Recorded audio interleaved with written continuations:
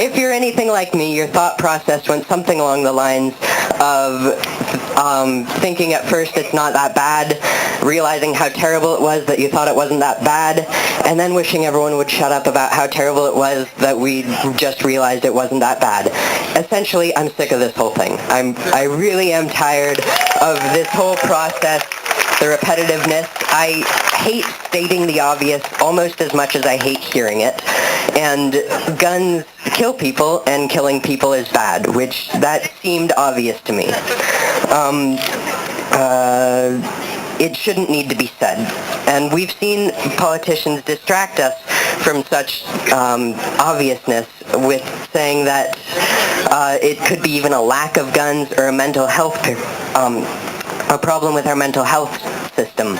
But we know that these are just distractions. We know that that is not the real problem because there is too strong a correlation between gun ownership and gun death. America owns 310 of 650 civilian-owned guns worldwide. That's about 48%. And we have about 30% of the world's mass shootings despite having 5% of its population.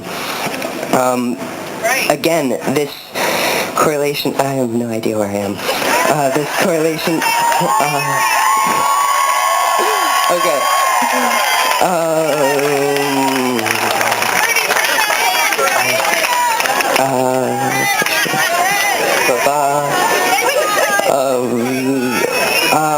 Okay, 2.5 years ago, just under 2.5 years ago, we witnessed the second largest terrorist attack on U.S. soil ever committed by a foreign-born terrorist, or foreign-born terrorists, right here in Southern California. That one was San Bernardino. And in response to that, yet again, we called for a ban on assault weapons, and a then presidential candidate instead said that we ought to ban humans. And if that doesn't spell out America's priorities of guns over humans pretty loud and clear, then I don't know what will. Okay.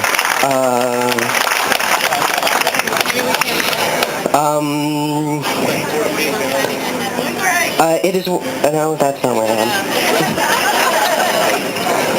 Breathe, relax.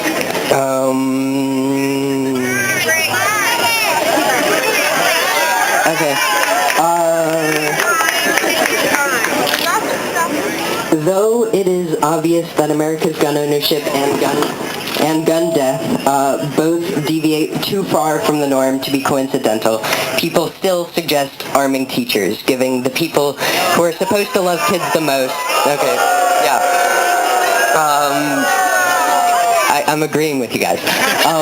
So they are suggesting that we give the people who are supposed to love our children the most the task of killing them amidst a chaotic rush of hundreds, if not thousands, of innocent children. And a lot of questions arise from this. And among them, would teachers now get veterans assistance? Would the school be held responsible for collateral damage? Would teachers be strategizing to defend their classrooms, or would they be hunting down a child? And most of these remain unanswered, and that's for one very simple reason. It's a stupid idea. It's a genuinely dumb thing to suggest, and I think they know it. They have no idea who's going to be deciding the mental fitness of the teachers, which teachers are going to be applying, how many, their strategies. There's no clue because it's yet another distraction. It's them trying to pretend like they have a plan so that when they see our schools, our streets, and our citizens lined with bullets, they can pretend that they care. Okay, now when you see how lonesome America is on a global scale in this gun violence epidemic, it can seem as though our nation is the most troubled of all the developed world. And it is one of the great ironies, fortunately, of our nation that while we may well have the most problems, this is still the country where we, the people, are best equipped to deal with these problems. And that is why we are here. to send a message to those who think that because America owns guns that they are somehow a part of the national identity, and those that would believe that patriotism and tradition are intertwined, as we are evidence to the contrary. Change and progress define America, and protest and patriotism are far closer than patriotism and nostalgic obstinance.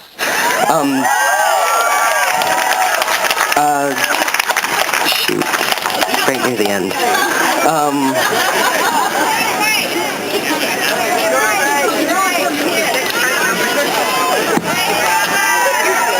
such a mess.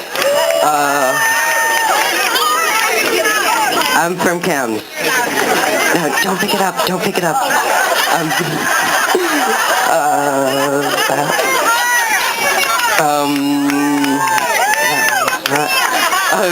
I brought a good conclusion.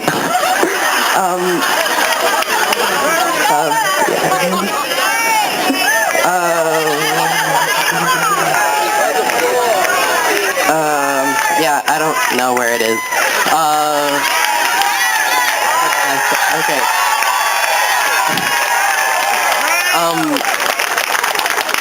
So to send a message to those that would think patriotism and tradition are somehow intertwined, we are evidence to the contrary. We are here to send a message to those folks that we demand stricter gun control laws. That we know that when they call out all that other stuff, the mental health, the lack of guns, that they are just trying to distract from the problem because they do not care as much about people as they do keeping their guns. Should I leave it at that? Yeah. Okay. That too. Thank you guys so much. Again, thank you all for being here. And huge thanks to our amazing student organizers. Thank you all so much.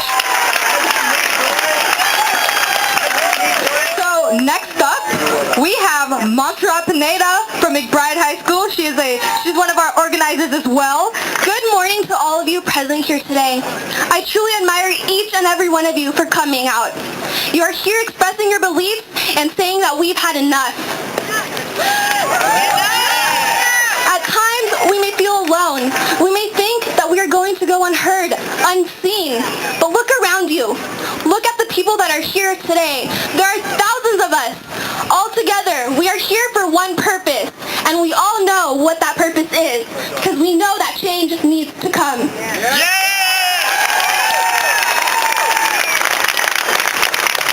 I was not a victim. I do not know what it is like to experience a school shooting. I don't know what it's like to lose your friends, your teachers, your peers from one day to another. But I do know that I have a voice. And I know that all of us have a voice. We all have the ability to make change. What happened on February 14th, 2018 should not and will not be forgotten. And all the other school shootings that happened too. Since the school shooting in Columbine, there has been hundreds of deaths, hundreds of children killed through school shootings. People like you and me who had dreams and goals, a whole life ahead of them, all vanished with one shot. Well, one shot is too many. I say that we've had enough. Enough is enough.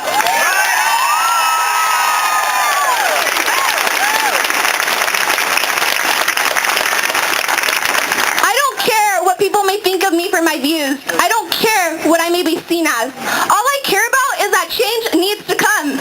And change will come.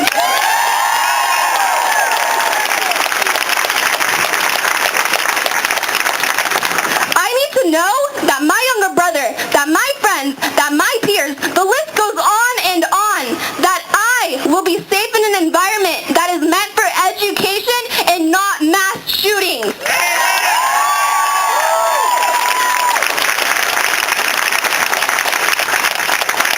This is not an issue based on our political beliefs. Who cares if you're a Republican? Who cares if you're a Democrat? What matters is that our country has seen enough death.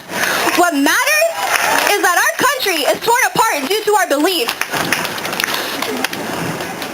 What can I expect for the future if all we do is take sides, judge one another, and ignore the fact that children are being killed, and they're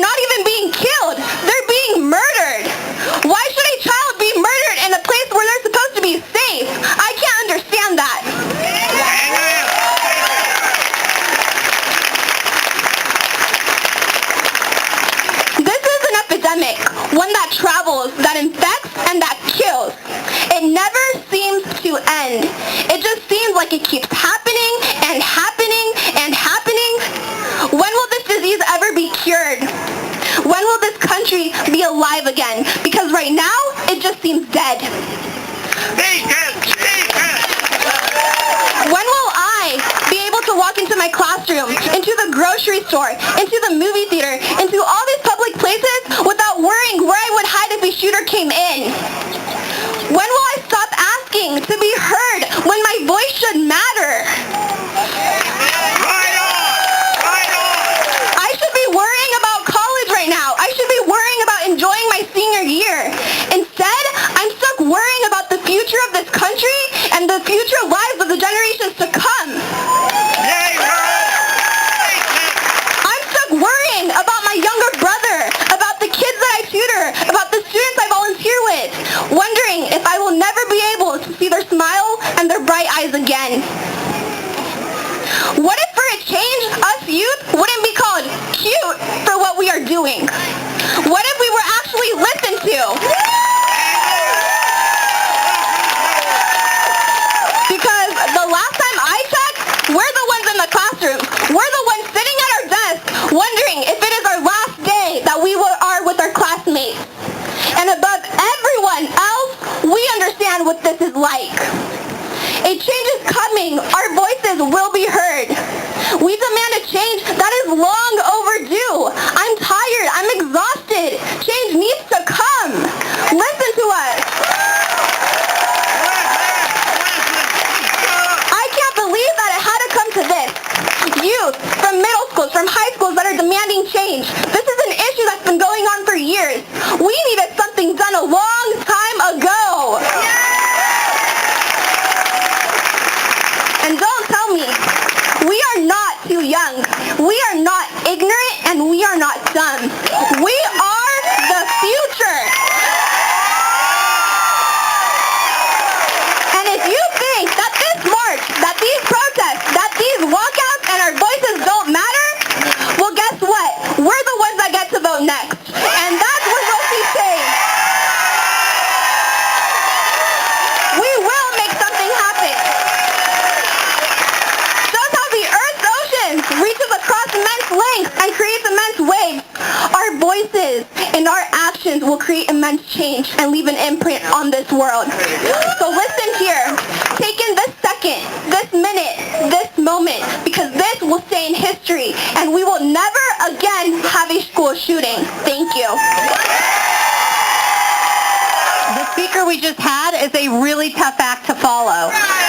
And I'll tell you what, as she was talking, there wasn't a bone in my body that was thinking cute. There wasn't a bone in my body that was thinking ignorant or young or uninformed. What I was thinking is fierce.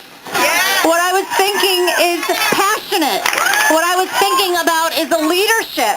And I have two kids that go to Long Beach Unified. And I am so proud of the students that are here today that organized this, who are here to support their colleagues who organized this. You guys are amazing. You make me proud to be a mom of two boys in this school district. And I'll tell you what makes me sad. What makes me sad is that over the last 3 weeks, we have had threats at our local schools. We've had situations that have made our kids scared. We've had my 9-year-old and my 13-year-old come home and tell me about things that are being said at school that scare them. And that is not okay. It is not okay. Kids should feel safe and have the opportunity to build confidence. This is their time to become who they're going to be as adults, and they need to be protected. And these are conversations we should not be having about what goes on at our kids' school. And in my opinion, yes, absolutely, 1,000% we need to have gun control. Absolutely. Absolutely. I have been a part of the law enforcement world for 18 years as a prosecutor, and trust me, no human being needs the type of guns that are out there. No human being needs the type of guns that are out there. That is not what you need to defend yourself. You can defend yourself without assault rifles. You can defend yourself without the type of things that we're seeing brought to schools, and that is not okay. And I will defend that 1,000%. But I'll tell you what worries me more than the conversation about gun control.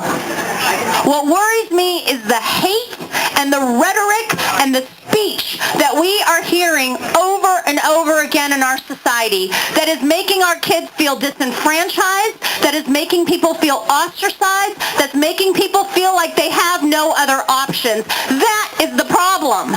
We have kids who feel bullied. We have kids who feel scared. They don't have the judgment that adults have. They have access to things they should not have, and that is a deadly combination. And that's the conversation we should be having in addition to this conversation.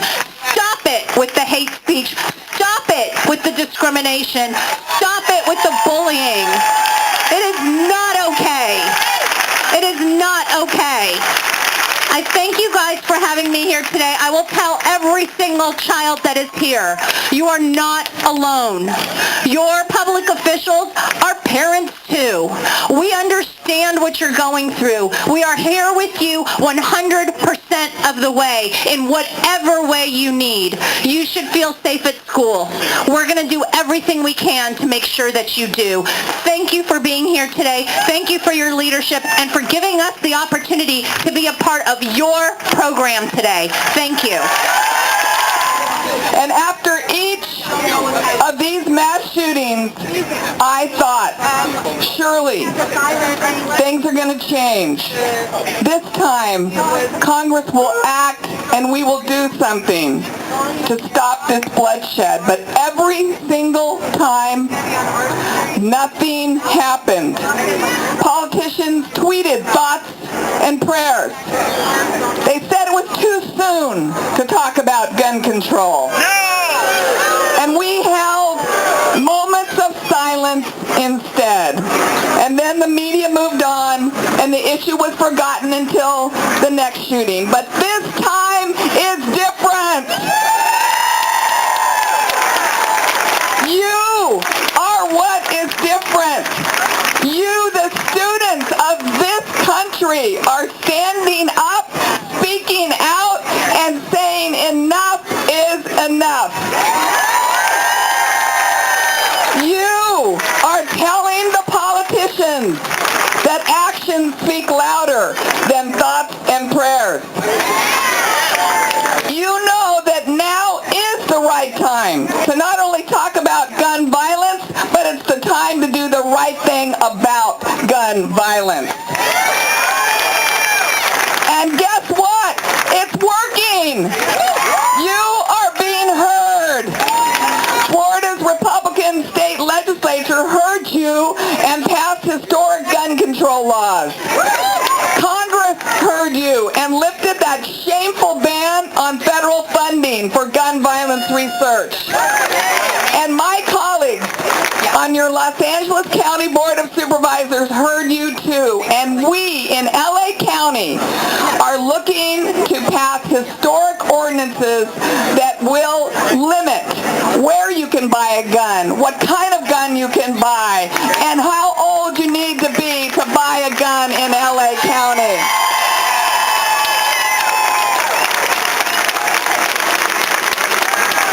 This issue has been around longer than most of you young people have been alive.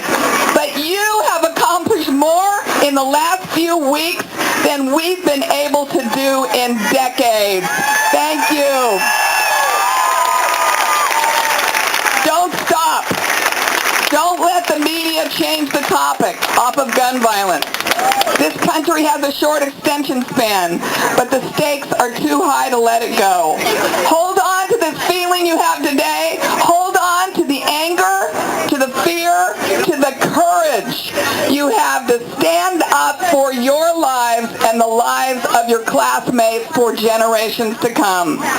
For too long, our nation's leaders have operated under the notion that young people don't matter. You don't pay attention. You don't vote. Prove them wrong.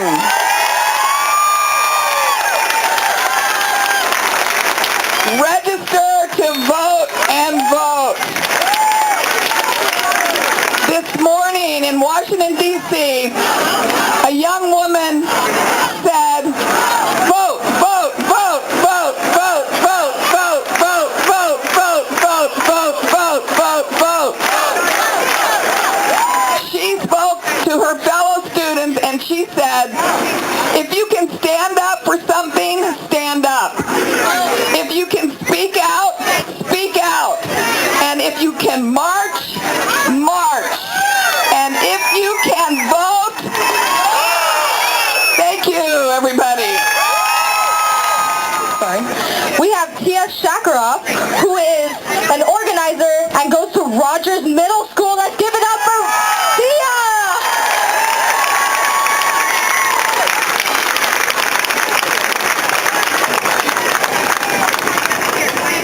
The facts are out there.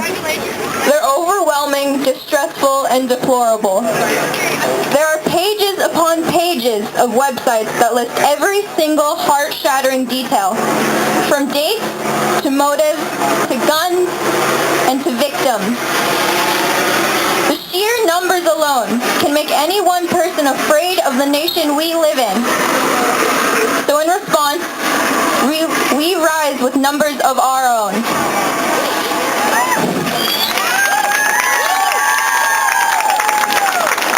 The number of students listening to a speech turns into the number of voices, of petitions, of walkouts, and of marches. Thank you. Sorry. The future victims of gun violence are why we amass together to become something more than unjustifiable murder. Why together, our cries combine to become louder than ever. Why we combat negligent gun laws so that we won't have to see a loved one being taken from us. Why we protest to show that we can take control of our generation.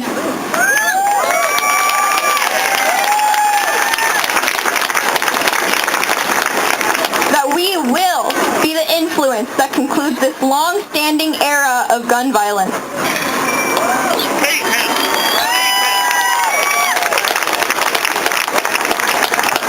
We are taught in school how to combat ignorance. But ignorance is believing that we don't have a voice. Ignorance is acknowledging these deaths and shootings and failing to take action. Ignorance is being a bystander as the nation raises its fists and shouts into the sky. Ignorance is continuing to let thousands of people get slaughtered and choosing not to reform the way this country handles the quantity and ownership of guns. Right on!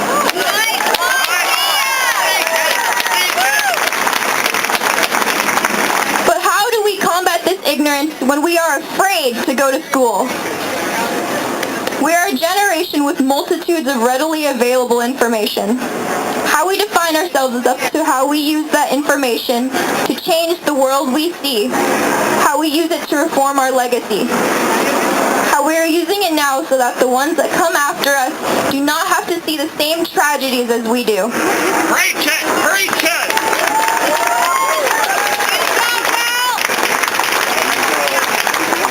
Now is the time to begin the revolution of our generation, the revolution against gun violence. Amen!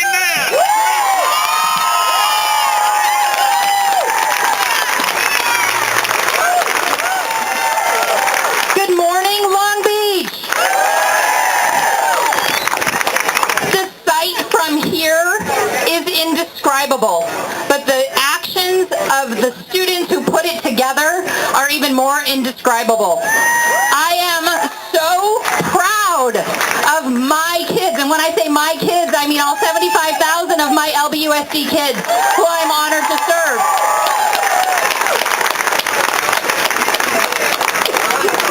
It is always difficult to follow students because their voices are the ones that need to be amplified and lifted and heard and mentored. My children are of the age that the only way of going to school they know is with the possibility that there could be a school shooting. My first child went to school the year after Columbine, and my last child went to Long Beach Poly the day after Parkland. So their lived reality is that it's always possible fearful that something might happen because we as adults haven't managed to solve this problem yet. So today I am grateful to be invited to be a part of this. I am grateful for their incredibly loud voice, for their boundless energy, the time commitment to make sure that we are listening. And so as parents and community members, as fellow people who live in Long Beach who love and support kids, I call on the adults today to lift up students' voice whenever you can, to find these students, pull them into the work that you are already doing to protect kids. We have people in Long Beach who have been trying to raise up the voice and protect kids from violence. Help them get into those organizations, give them jobs. As you can see, they can do it. For those who said, let's do it for them, the answer is always, let us stand behind and lift and support them as they do the work. As adults, we can mentor them, we can house them, we can feed them, we can make sure they are resting and taking care of themselves. But other than that, this is their movement. They are following a long line of young people throughout the history of this country who demanded change and made this country better. So, for the adults who are here and at home and are listening and who are here in their hearts because they couldn't be here physically, we know we have a role to play in the change that these students and these young people are making.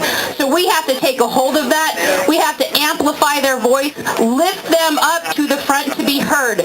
So on behalf of myself as a mom, my school board members who are here, your superintendent who is standing there, your deputy superintendent, your teachers, your counselors, your rec aides who are standing among you today. We will continue to amplify your voice. We will continue to give you the tools that you need to lead this country forward, and we will have your back every step of the way. Thank you for being here today.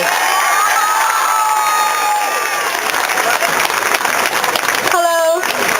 Today I'm going to be reading a poem I wrote about this issue that is affecting all of our lives here. How many more people are going to die? How many more tears can our bodies afford to cry? How many more times will we have to ask why? No, I will not be another fly on your wall of hate that does not make America great. The time is past late to ignore the rate in which people are dying, and exponentially the ones that are crying. Ones that have lost a daughter or a son, when to them their kids' lives had just begun. Ones that have lost a parent or spouse, having to come home to an emptier house. Ones that have lost a fellow student or friend, heartbroken because never at school did they think a life could end. 96 Americans are ended with a bullet every day. We say today, tomorrow, and every day after that is not okay. Not okay to turn your head and look the other way because all you want to see is your second right protected. But how is it right to continue to hide behind this right while kids have to hide behind doors and drop to floors? The doors we walk through every day to seek an education, to learn. But now our learning includes Google searching what to do if there is an active shooter. Why should my fingers have to type that question so your fingers can be permitted to pull a trigger of destruction?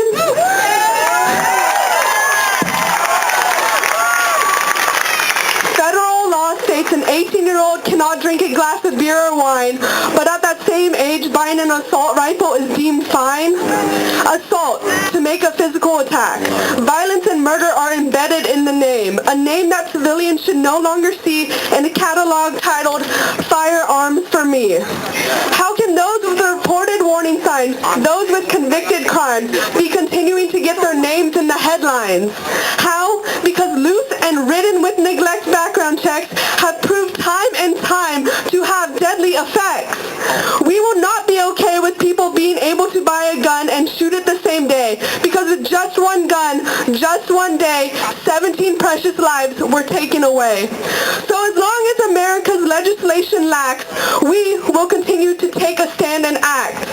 As long as gun violence remains, our voices will not be silenced nor tamed. As long as there's indolence, indifference, and ignorance, we will counter, rise louder with intelligence, coherence, and perseverance.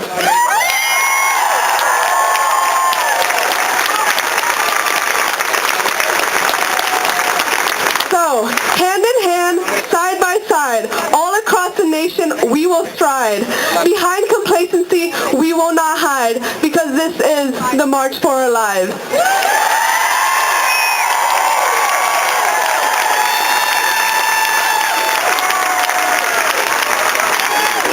So everybody, come on. This is our time to be heard, to be seen, to seek gun reform, to not fear going to school. Our time to stand up for those who were shot down. Our time to pre-register and register to vote and go out to vote. Our time to come out and make a difference. It is our time to press on and get change made.